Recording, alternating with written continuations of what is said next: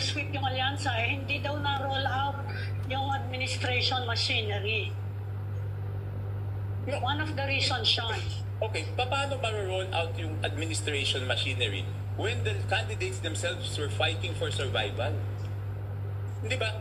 There is a negative sentiment. Ikaw tumatakbo ka. Will you take the risk? No candidate will take the risk. He will think first of his own survival.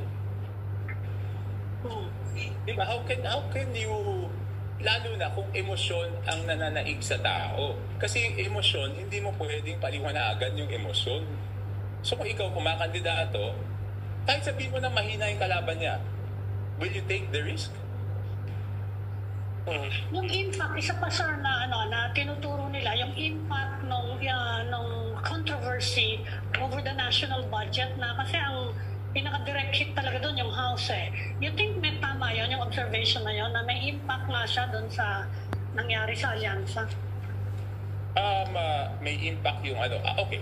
Yung doon sa national budget, ang sinasabi ko, ang problema ko doon sa national budget is yun na naman, wala namang kasalanan ng presidente doon later on nung napunta sa kanya, pati siya nagkaroon ng hit yung political capital niya, di ba? At syempre, pag nagkaroon yung hit ng political capital ng presidente, pati endorsing power ng presidente, magkakaroon ng hit, di ba?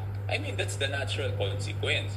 Pero, tignan natin yung Mindanao kasi. Yung Mindanao, talagang nagkaroon sila ng unifying factor doon magmula nung final yung